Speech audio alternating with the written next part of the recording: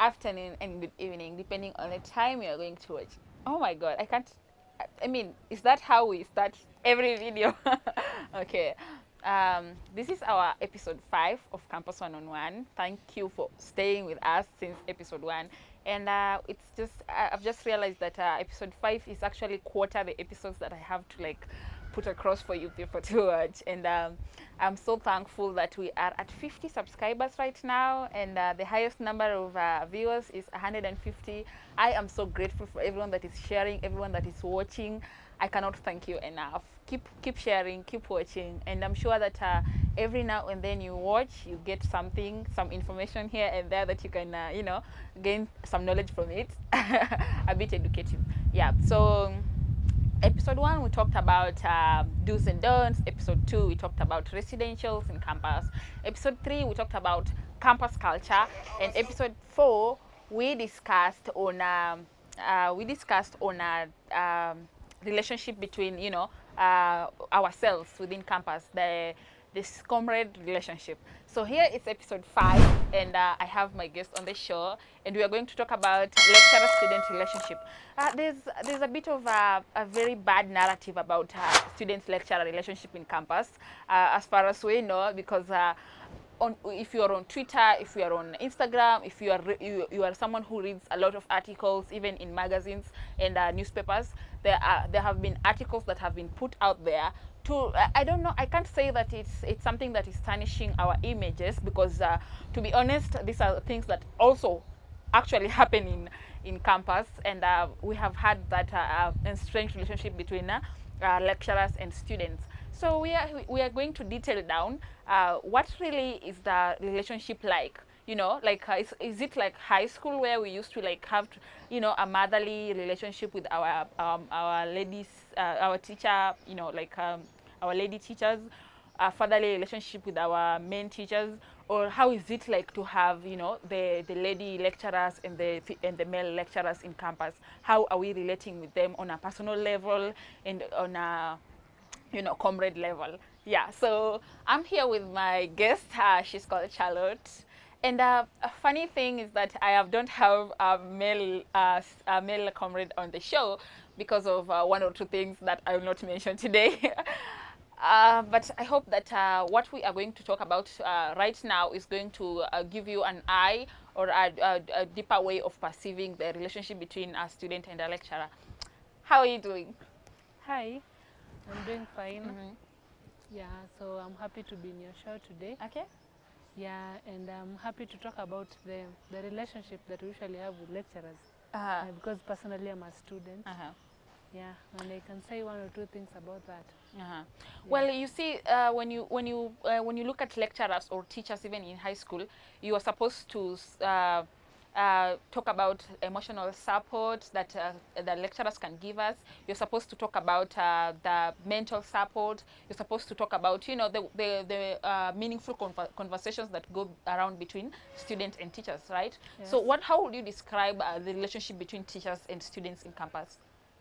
Well, in campus, I think it's a bit different because in campus, you are a grown-up, right? So unlike primary school or rather high school, where the teachers used to force you or rather used to push you to do certain things, but in campus, the lecturers are more of, you are a grown-up, I don't have to tell you to do this or to do that. So it's upon you as a student, because even the lecturers only give 30%, and the students, you read or rather you work for the remaining 70%. Wow. So I would say that the relationship of the lecturers and students in campus is very different from the relationship of high school students or other primary school students with their teachers. Because here you are a grown-up, you don't need to be told to do things. And even the lecturers are not even concerned by the way with your person, whether you go to class, whether you update your notes, or he doesn't even care, like in primary school or in high school. Well, when you talk about primary and high school, you used to open up to our teachers on matters, our personal, personal, maybe whatever is affecting us on a personal level, right? Yes. Is that something that we see also in campus? Do we have that that student relationship with their lecturers, where they can open up on matters personal level? No, I don't think we have that kind of a relationship here in campus. Because remember, even in campus, maybe you can be 200 or more even in a class. So the lecturer will not know everyone in that class, because every semester it's another lecturer, new students. So the lecturers interact with so many students. Yeah. They cannot be able to know you as an individual on a personal level. Uh-huh. So you cannot say that the lecturers in campus will follow up and see, like, Yeah. if you have a problem, he will be there to talk to you. No. But they do offer guiding and counseling in school, but the lecturer will not be Part of will it. not be part of that. But, Asking you what's going on. No, you'll that not is do funny that. because we have people that are going through depression right now, especially the youth, and you know we are so many as youth in campus. And the other day I had one of the lecturer was saying that we should check on each other, like we check after each other, we look how is someone doing, you know, because someone can be quiet and literally that's not how they're supposed to be. Maybe they are going through something. So how do these lecturers know that even when you don't attend their classes, it's because maybe you are having a, you know, a mental situation? Yeah, how do they like try to, you know, observe that and you know, maximize their time as a lecturer and maybe as a human, because we are all human at the end of the day. Well, I say that even in school we have different lecturers. That those lecturers would want to indulge with students, even at the personal level, and try to find out what's happening. But we also have lecturers who don't even care. Like, they don't know you, they don't care whether you go to class or you don't. Now those lecturers that are a bit concerned with their students, I think they usually make a follow-up. They can even call you and ask you why you're not attending the classes, or they can send you to guiding and counseling, because we have guiding and counseling in schools. So I'll say that it depends with the lecturers and how the relationship even with you as a student with your lecturers. Because lecturers tend to just know some people, you know, those people who are always fun in class maybe, or those good students who sit in front of the class, who answer questions. So definitely the lecturers will recognize you. And if you miss class, they will also know that you missed class, and they will make a follow-up. But those other students who just sit at the back of the class, the lecturer doesn't even care, I don't think you can get any help. Or maybe you can talk to your fellow students in class who can actually help you. You can go to see you, or can even advise you to go to guiding and counseling. But lecturers, they do not mostly indulge in such like things in campus. Yes. Well, we as campus students and lecturer at large have been painted as villains in the society today because of, you know, Wababa thing, this, you know, this narration, because most of our lecturers are old men, sort of 50, you know, to find 35 in class teaching as a lecturer is a bit odd. So most of them are past 45. Yeah, and you see, there's this Wababa narrative that is going on. What do you think? Do you think that it's true that we are trying to date lecturers? There was I was reading someone's Instagram story yesterday. There's a student that said that I have HIV and AIDS, and I've slept with 12 lecturers. And I was like, wow. If one student has HIV and AIDS and is spreading to 12 lecturers at different time, and then these lecturers have, maybe they have other relationship with other students, how will that happen in this society? Like, how are we going to look into the student romantic level as a student and a lecturer? Well, I think that usually happens mostly in campus, and it usually happens to ladies, the students who are girls in campus, mainly because even of marks. Because you find that you are a student maybe at MKU or any other institution, you do not attend classes, you know, and you just choose to, you know, to do that. You just choose to have a relationship with your lecturer, knowing that he's going to give you marks at the end of the day. And even the lecturers themselves, I don't think they're usually against that. They would even, they usually do that. Is it that obvious that if I sleep with a lecturer, I will definitely get a first class? Because there's actually a student at UON that graduated with a first class in engineering, and people said that we know what happened behind the scenes, because just because this girl is beautiful, she's not perceived as someone who can score a first class. Is that obvious that if I sleep with a lecturer, I will get a first class? No, it's not really obvious. It also depends with how sharp you are. So it's not a guarantee that you'll get the first class. But it's a sure bet you will not even fail that bad. No, I would say that. but you know, I don't understand because we have like 40 units in campus, and we have like maybe 40 lecturers because to get one lecturer teaching 5 subjects is that rare. Yeah. Yeah, it's So very you don't rare. expect me that just because I'm sleeping with one lecturer, One. I will get the 39 other subjects I'll also Yeah. score in them. Exactly. Yeah. I don't think that the student who scored a first class honors in whatever institution you've said, I don't think like she slept with all the lecturers. That's why I say it also depends with how sharp the student is. So the lecturer will just maybe just boost you a little bit, and plus maybe it's that difficult unit maybe that you really wanted to pass and you don't understand. That's why you decided to do that with the lecturer, so that that unit will not fail you. Yeah. But I don't think if that they usually go around and you know, and Yeah, have and relationships with with the all the lecturer. lecturers. Yeah. Yeah, I don't think it works like that. Yeah, something else is that there's a narrative also that students, especially in private campus, you know, they're spoon-fed by their parents. These are not people that go for the, you know, the hard, you know, things in life.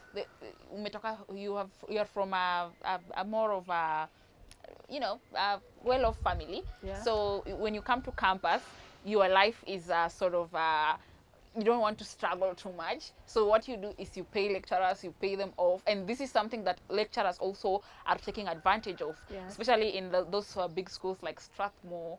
The lecturers are literally like trying to be paid off so that they can give you marks, especially when they realize that you are from a very rich family. Is that something that really happens in campus with the lecturers? Yes, I think that usually happens a lot in campuses, and I will say that not even the lecturers, sometimes even just the institution as a whole. You find that an institution like maybe MKU or Strathmore, so the parents of the students are believed to be maybe rich. Yeah. So like they pay a lot of school fees by the way per semester, and like this the public sponsored yeah. students. So you'll find that when even they're setting the exams, the lecturers will tend to be, you know, more merciful. They will not give students the D's and the E's and like the other Wow. institutions. Okay. So you'll find that, yeah, most of them usually just graduate, even with a pass. You just graduate. Wow. Okay, Yeah. that is well. There's also something else that I wanted to look at.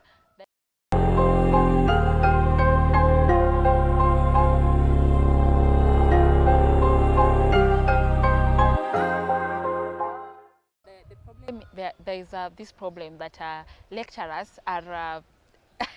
They're just awarding someone, you know, Yeah, like marks out Yeah. of nowhere. Yeah. Like you just get awarded marks, and just because you are in a private school. And most of the public school do not have the privilege that most of the private schools have. Yeah, yeah. Actually, that usually happens a lot. The lecturer will just give you marks like the way he told you, like because these private institutions they pay a lot of fees. You'll find that the lecturers will not even, you know, just give the marks, and that is why when you go even for an interview or for after school, usually go for attachment. When you go for attachment, when you mention the institution that you've been, some Yeah. of these employers they don't give the jobs to students from these private institutions because they say the students from these private institutions is just papers. They do not know the practical work. Yeah. So yeah, that is very true. They usually give students marks, that's true.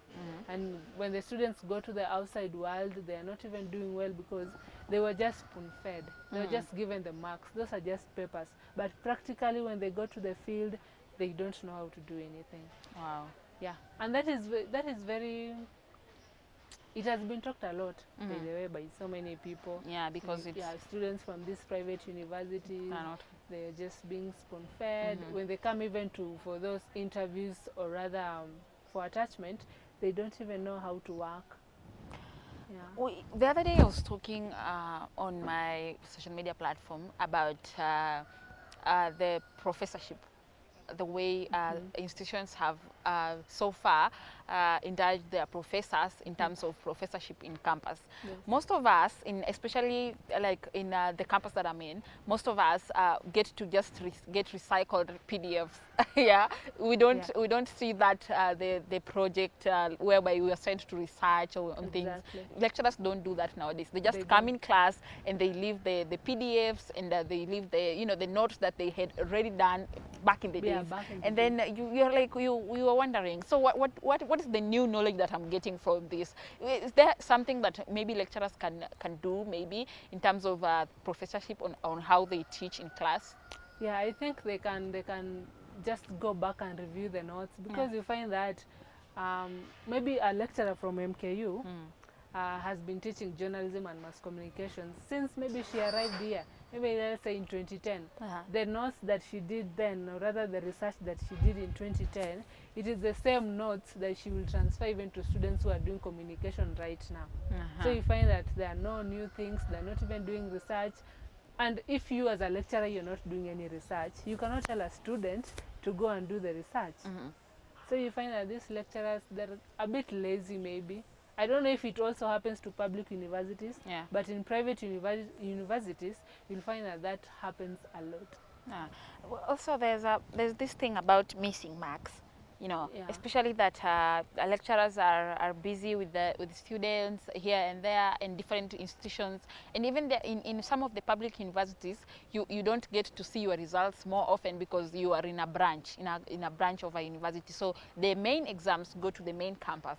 Now, when you look at your marks, especially Moi University, I've seen that with Moi University. When you go to check into your result, you're told that you don't have all your marks. Now you cannot graduate. Is that something that lecturers do intentionally, or is it a student case?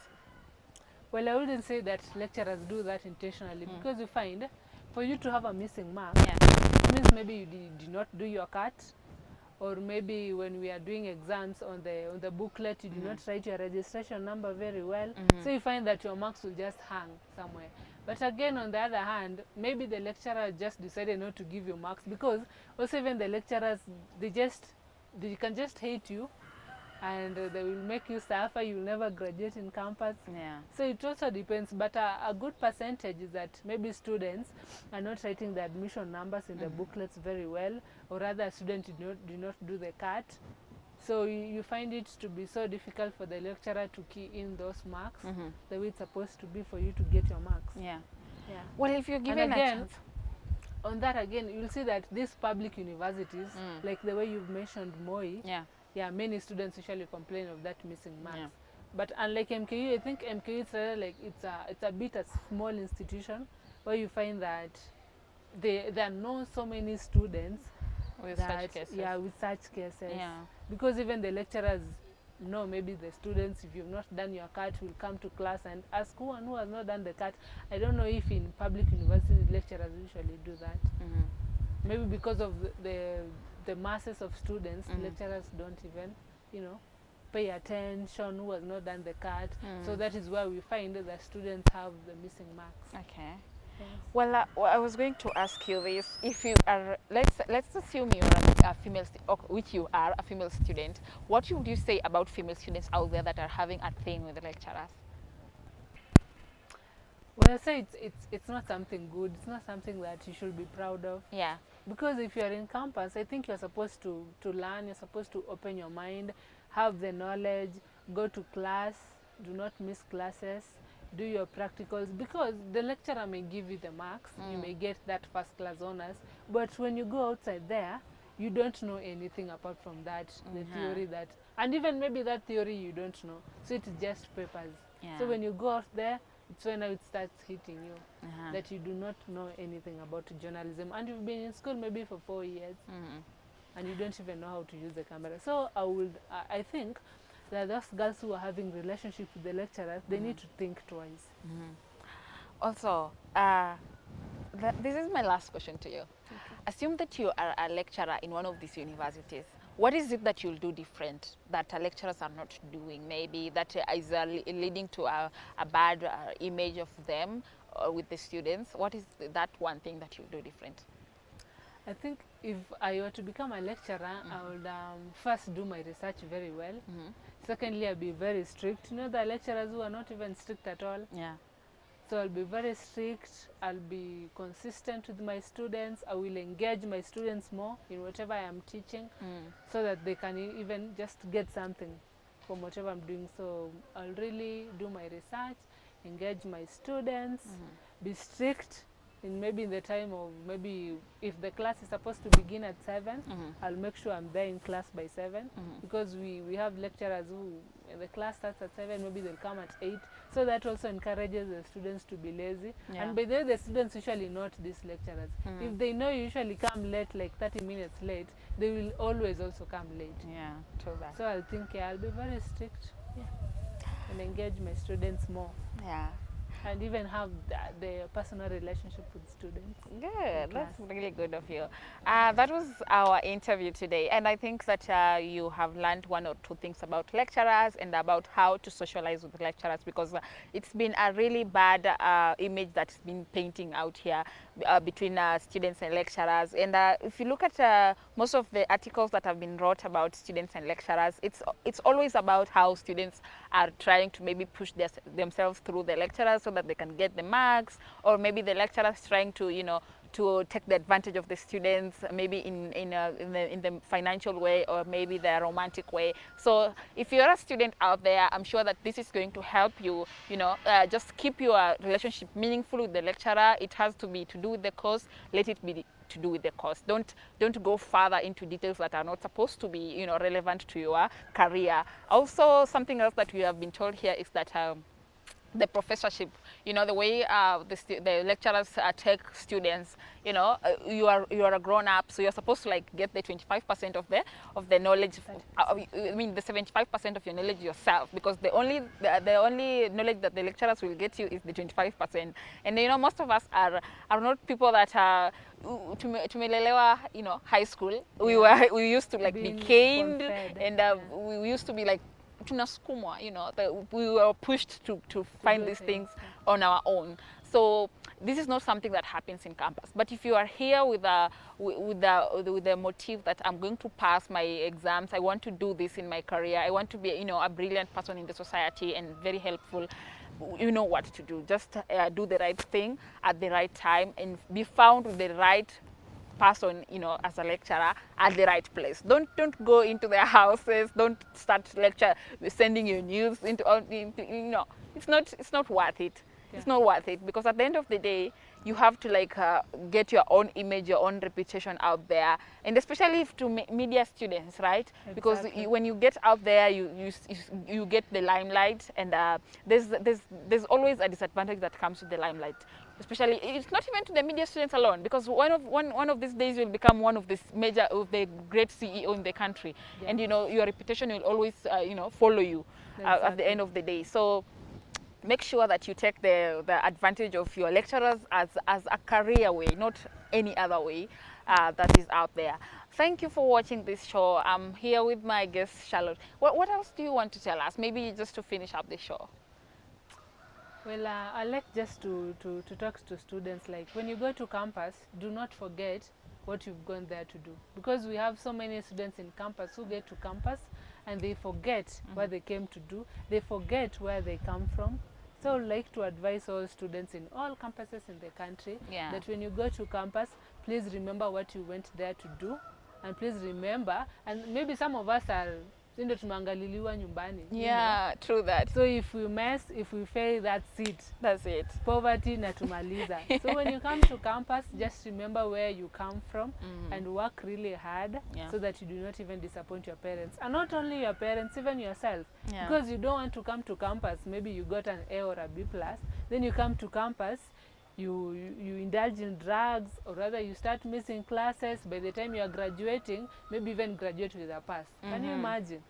You've come to campus with an A or even a B+, and then you graduate with a pass. For me, I think you'll really hate yourself for that. True that. Yeah, because you've wasted your time, you've wasted your parents' money. Afadhali ungeenda uze mboga na hiyo. Well, that was a really nice way to part short this interview. I'm sure that this will be helpful in one way or the other. Please make sure you watch, share, subscribe. Please don't forget to subscribe, especially when you're watching this and you have not subscribed. What is wrong with you? Why don't you just subscribe? It's just 2 minutes just to hit the subscribe button and we will be good to go, you know.